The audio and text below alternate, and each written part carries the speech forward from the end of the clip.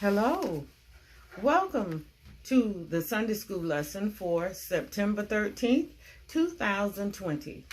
I am Catherine Moore, an Associate Minister with the White Plains Baptist Church in Lawrence, South Carolina, where Dr. Johnny L. Johnson Jr. is our Senior Pastor. Thank you for joining me. Our studies are in the Precepts for Living Urban Ministries Sunday School Lesson Commentary. You will need your Bible and your Sunday School book. This quarter's theme is Love for One Another. This unit's theme is Struggles with Love, and today's lesson's title is God Rewards Obedience. Our devotional reading is 1 Peter 5, verses 5 through 11. And our printed text is Genesis 41, verses 25 through 33, 37 through 40, and 50 through 52.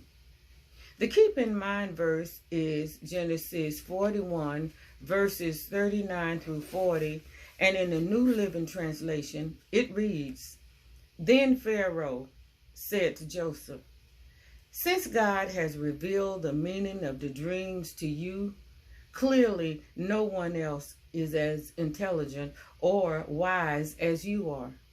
You will be in charge of my court, and all my people will take orders from you. Only I, sitting on my throne, will have a rank higher than yours. It is our aim and prayer that by the end of this lesson, we will discover how Joseph's love and faithfulness for God helped him find success in Egypt. We will aspire to remain steadfast in love and obedience to God when facing extreme hardships. And we will celebrate God's providential care in times of suffering. For background information that brings us to our text, Joseph was a younger and the favorite son of his father Jacob. And the older brothers hated Joseph because their father loved him more than the rest of them. Here we see how envy and hatred will at times cause family members to turn on each other. Their father, Jacob, had a special coat of many colors made especially for him. And to make matters worse, Joseph told his brothers and his father about a dream he had that they would one day have to bow down to him. This was more than the brothers could handle. So they decided to put him in a pit and leave him. But they changed their minds and sold him to some Midianite traders as they were going by. They had taken his coat from him, and they dipped that colorful coat in goat's blood and took it home to their father to make it seem as if Joseph had been attacked and killed by a wild animal. Now you see, they lied to cover up their scheme. Meanwhile, the Midianites sold Joseph to Potiphar, an officer of Pharaoh in Egypt. But through it all, the Lord was with Joseph. He prospered in Potiphar's house and was made the overseer there. Look at God. Yet, we know trouble does not stay away long. He was later falsely accused by Potiphar's wife and was thrown into prison. But look at God again. God showed Joseph mercy, and Joseph received favor even in prison. He was placed in charge of the other prisoners. God had also given him the ability to interpret dreams. And he interpreted the dreams of two prisoners who were once the butler and the baker for Pharaoh. Joseph's interpretations of their dreams revealed that Pharaoh would bring the butler back to his house and that Pharaoh would hang the baker. And that is exactly what happened. As the butler was to leave prison, Joseph asked him to mention him to Pharaoh, but the butler forgot to mention him. It was 2 years later, Pharaoh started having troubling dreams. You see how God works. The butler then remembered Joseph and recommended him to Pharaoh to get his dreams interpreted. Pharaoh sent for Joseph to tell him the meaning of his dreams, but Joseph made it clear right away that it was God that would give Pharaoh the answer through him. Joseph made sure that God would get the glory. Now, there are 3 outlines in this lesson. And the first outline is Joseph interprets dreams. Genesis 41:25 through 33. Joseph told Pharaoh that his 2-part dream was really one dream talking about the same thing. You see, Pharaoh had dreamed that 7 healthy cows came out of the Nile River and grazed. Then 7 unhealthy cows came out of the river and ate the fat ones. He woke, went back to sleep, and he dreamed 7 nice, healthy ears of grain grew on one stalk. Then 7 thin ears grew on the same stalk and consumed the healthy grain. Now, Joseph was a bold man of God who delivered a clear message without fear to Pharaoh, because if he had not been correct in what he told Pharaoh, it could have meant his losing his life. But he knew God would protect him just as he always did. Joseph told Pharaoh that God was showing him what he was about to do, that there would be 7 years of prosperity and then 7 years of famine. Joseph teaches us that we are to be bold, no matter what the circumstances, that we are to ask God for wisdom, especially when we are giving advice to others. Joseph realized that the dreams repeating themselves meant that the coming events were established by God and that it would not be long before they came to pass. Joseph knew his abilities were from God. Therefore, he had confidence in his interpretations and the advice that he gave Pharaoh. So he suggested that Pharaoh should find a wise man and set him over the land of Egypt to manage the food and store it in the good years so that they would have food in the years of famine. Without Joseph's interpretation and advice, Egypt would have been doomed.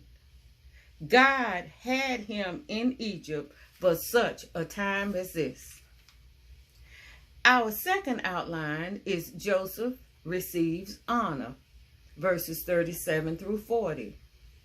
The New King James Version says Joseph rose to power.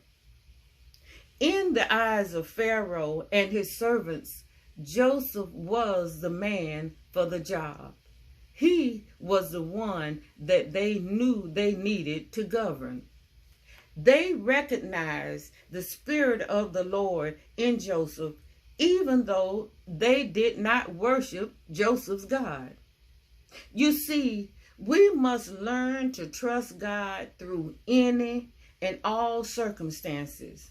And if we are faithful, He has promised to be with us, just as He was with Joseph.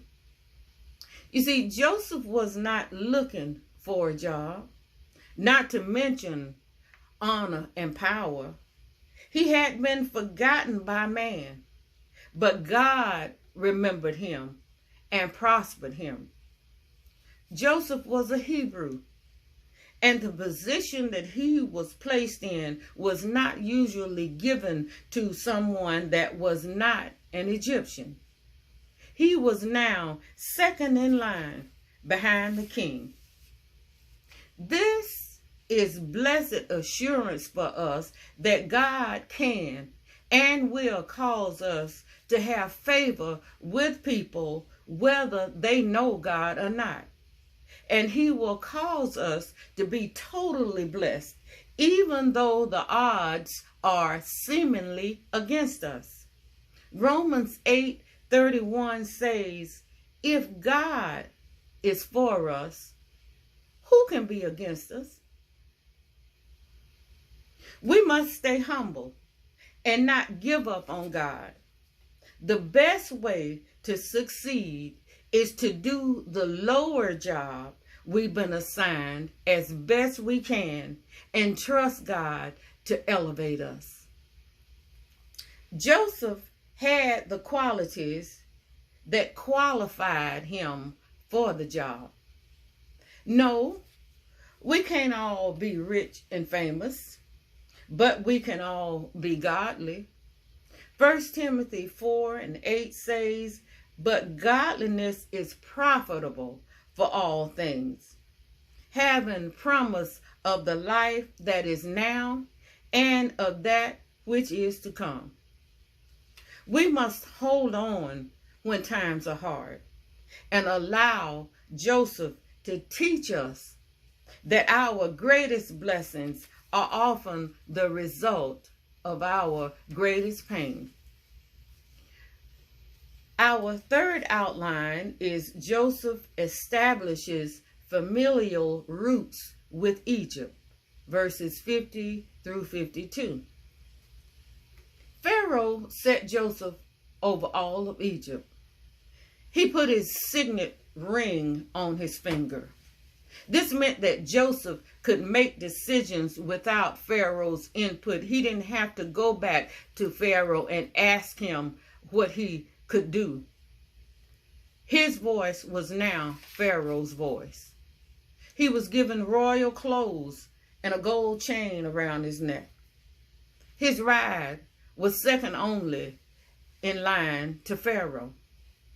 The people bowed before him to show him respect, something God had already showed him that would happen. He was even given an Egyptian name, Zephanath-Paneah, which some say means the revealer of secret things. Others say it means God speaks and lives. Whatever the meaning, Joseph was God's representative. God was in Joseph, and Joseph gave God all the glory. God does speak, and He definitely lives, and He is the only revealer of secrets. And just as Pharaoh changed Joseph's name to seal his citizenship in Egypt, God, through Jesus Christ, has changed our names from sinners to saints to seal our citizenship in His kingdom. Pharaoh also gave Joseph an Egyptian wife. Asenath was her name. She was the daughter of the priest of On. You'll notice when we trust God, He causes all aspects of our lives to prosper. Joseph gathered so much grain until he stopped counting. It was immeasurable. And before the famine, 2 sons were born to them. The first son's name was Manasseh, which means God had caused him to forget. Not that he had amnesia, but a void was now filled in him, and his memories of home were not bitter memories. He named his second son Ephraim, because God had caused him to be fruitful in the land of his affliction. Through it all, Joseph did not give up on God. His faith did not change. In everything, he gave God glory. And that is how we should be. Don't give up on God. Keep your faith. Keep faith in God and give him glory.